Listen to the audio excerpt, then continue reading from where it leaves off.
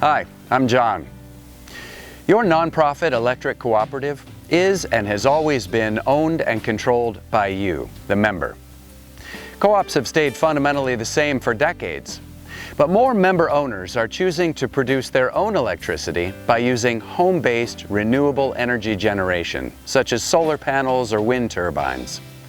This change has created a cost shift among members and the need to ensure fairness for all members.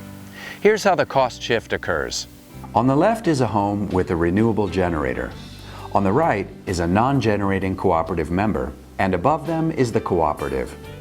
You'll notice that both the member with the renewable generator and the non-generating member pay the same amount for their power, illustrated by the green dollar signs. They currently also pay the same amount of fixed costs, showed by the blue dollar signs. This occurs because right now the solar panels aren't generating electricity, but watch what happens when the sun comes up. As expected, the number of green dollar signs going to the cooperative decreases. But look what happens to the blue dollar signs. Many of these fixed costs shift to the non-generating member. We'll explain why this happens in a moment.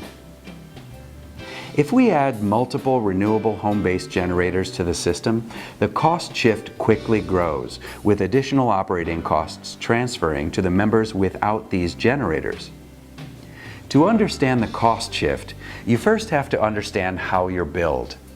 Each month when you pay your bill, you are paying for the generation of electricity, how it gets to your cooperative and from the cooperative to your house, and all the equipment and personnel required to provide safe, affordable, and reliable electricity.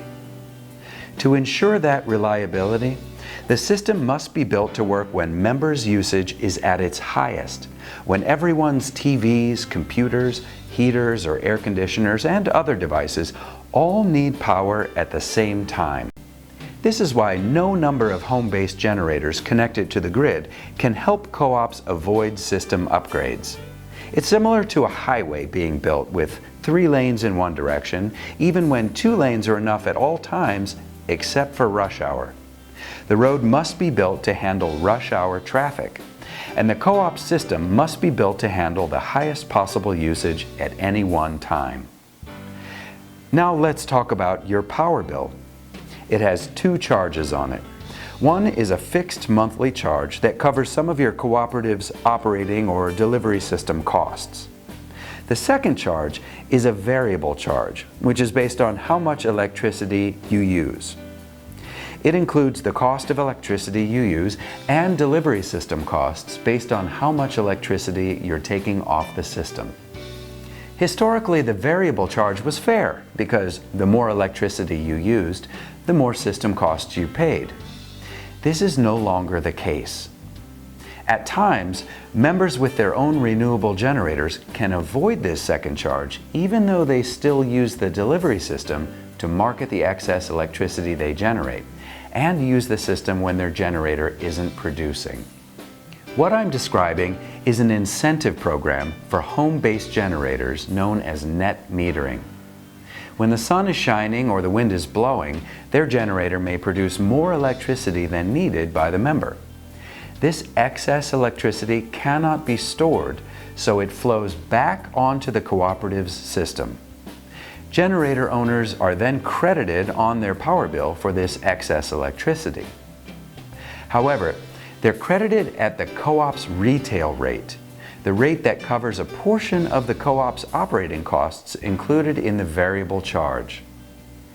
Renewable generators can produce excess power 1 minute and not enough power to meet the member's needs just a few minutes later. Regardless of which way the electrons flow, a member with a home-based renewable generator still uses the cooperative system.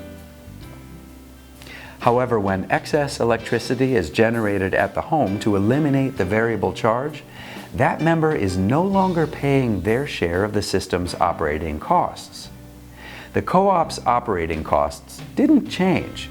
They just shifted to the members without home-based renewable generation, and they pick up the tab.